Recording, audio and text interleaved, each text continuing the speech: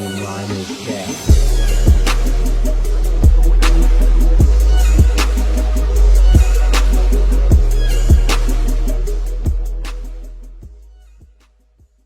Shout out to my boy Memo Dash, and most importantly, Marcin. Shout out to y'all for tapping in. This part is 2Pac's teenage years in Baltimore part 2. We ain't gonna talk too much, so without further ado, we're gonna get straight into the video. After his freshman year, 2Pac wanted to focus on his performance skills and his love of theater. He was excited when he found out about the Baltimore School of the Arts, which we will call BSA for the sake of the video going forward. In order to get in, you had to audition, so 2Pac went right to work. With the help from his best friend Mouseman, they practiced tirelessly for weeks on end, running lines from a play 2Pac was familiar with, Raisin in the Sun. Mouse quoting in an interview, "We worked on it for weeks. You could tell 2Pac was destined." Fast forward to the day of the audition, meet Donald Hicken, the head of the theater department at BSA. Mr. Hicken was immediately impressed with the young 2Pac. Speaking about his audition, it was so good. The first thing I noticed was that he was extremely charismatic. From the very beginning, we all sensed he was the real deal. With such a great audition, 2Pac was accepted into the school. Starting his sophomore year, excited to focus on perfecting his skills in the arts, 2Pac embraced being a theater artist, studying the greats like Henrik Ibsen, Sam Shepard, and Shakespeare. Mr. Hicken noticed 2Pac's passion, saying, though he wasn't an especially good student academically, he had a great sense of humor. Though sometimes considered as the class clown, he was incredibly bright and had a lot of intellectual curiosity. For one assignment, Mr. Hicken asked students to create a movement piece based on a song that speaks to you in a very personal way. 2Pac chose Don McLean's Vincent Starry Starry Night, a song about Vincent van Gogh by the songwriter best known for American Pie. It included lines like "You suffered for your sanity" and connected that suffering to being misjudged. When Mr. Hicken asked 2Pac why he picked this song, 2Pac replied the song was about someone who was an artist but couldn't be taken seriously because of the world he was in. That's how the song spoke to me. And that sounds very fitting for 2Pac, I must say myself. 2Pac loved his new school, being able to experience acting in plays, different forms of arts like ballet or spoken word, to even making new close friends like John Cole, Darren Basfield, and a young, beautiful Jada Pinkett. Yeah. John Cole, quoting in a tribute book, "Pac was always intense, extremely passionate. He was always on stage, always entertaining, and always hamming it up." Darren Basfield, who eventually joined 2Pac's rap group, said one morning while him and a group of classmates were rapping, 2Pac approached him and said, "I heard y'all rapping. Want a battle?" Darren, noticing how cocky 2Pac seemed, but being confident himself, accepted the challenge. 2Pac kicked a freestyle this time that he actually wrote, and not surprisingly, won the rap battle. Since that day, they forged a close friendship. Now, Jada Pinkett was known around school for being talented as well. He got close to with the teachers alike with her confidence and skills. Jada quoted in an interview, "It was the first day of school and 2Pac came over to me and introduced himself. In high school, Pac was a little funny looking. Definitely from looking at him wasn't necessarily the type of cat that I would even deal with, but as soon as he approached me, he was like a magnet. Once you paid attention to him, he kind of sucked you in, and we hit it off from that moment on." For fun after school or on the weekends, 2Pac, Jada, and John would all three get inside John's car, taking trips around town, sometimes even long road trips to New York City. 2Pac loved his school environment, felt it was an escape from his personal life, which no one knew but wasn't going so well at the time. Back home, due to her involvement as a Black Panther with the high-profile bombing case that made national news, though exonerated, the family name still was viewed as a negative in the press, resulting in Afeni being unable to keep a job. On top of this, to cope with the stress, she found her I heard like 2Pac was getting death threats like since around that age.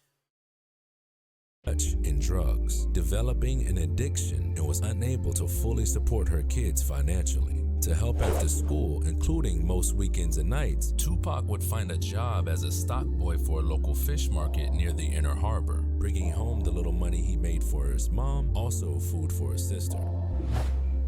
With his mom strung out on drugs, causing a negative environment which escalated into a strained relationship. To escape, Tupac would seek shelter whenever kicked out, staying over at some of his friends' houses like John Cole, who not only would let Tupac live with him whenever him and Afeni had a falling out, but also lended him clothes to wear to school, which now seems to be his most positive times. Enjoying his popularity, Tupac was known to blend in with any group, making people laugh, and would engage in deep conversations as well. Funny story, one day Tupac and a classmate, Seth Bloom, was assigned to do a scene from the play Fool for Love.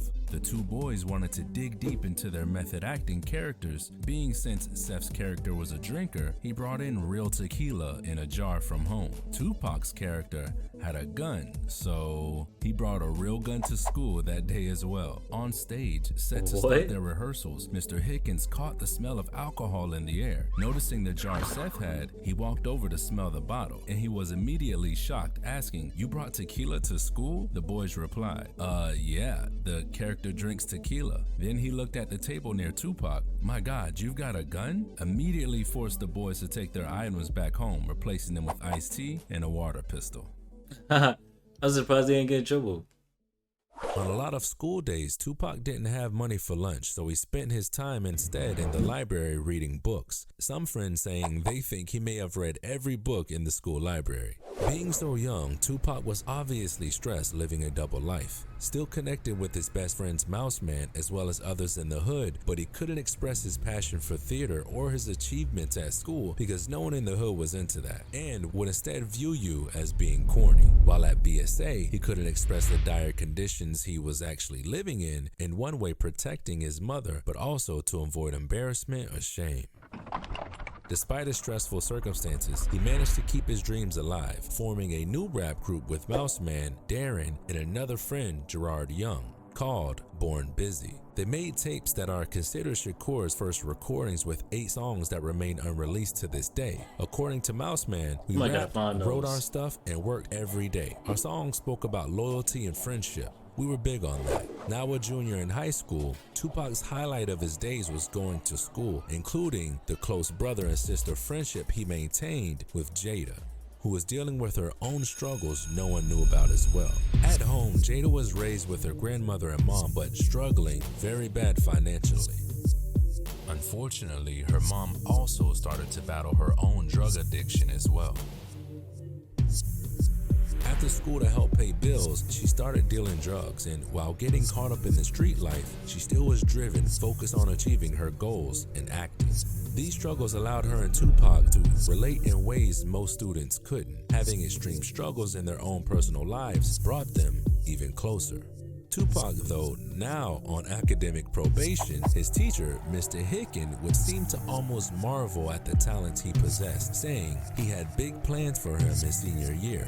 At BSA, this year is considered the most important, dedicated to performance technique development with a lot of rehearsals and performances. It's 1988, with junior year close to an end. Tupac, though dealing with his own struggles at home, found school and friendships as a sanctuary that he cherished and was finally excited about his future. But one day, everything changed.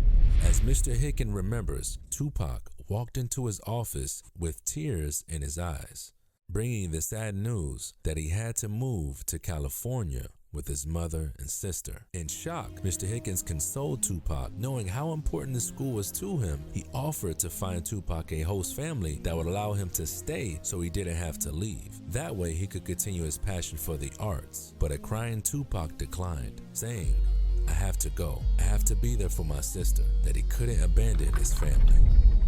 That summer, Tupac was sent alone to live with Linda Pratt in Moraine City, California. Afeni and his sister would later follow.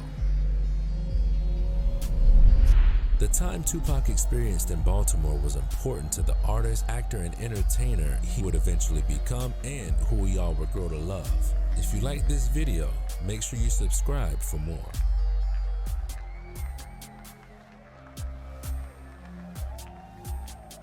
That's it? Damn. I ain't gonna lie, there's be some good videos. Once again, shout out to Memo Dash. And most importantly, I just want to say rest in peace to Tupac, rest in peace to Afeni Shakur, his mother. Y'all Y'all get in the comment section down below. Let me know which other videos y'all want me to react to. And I appreciate y'all for the love and support. Love is love, and I'm going to catch y'all in the next video.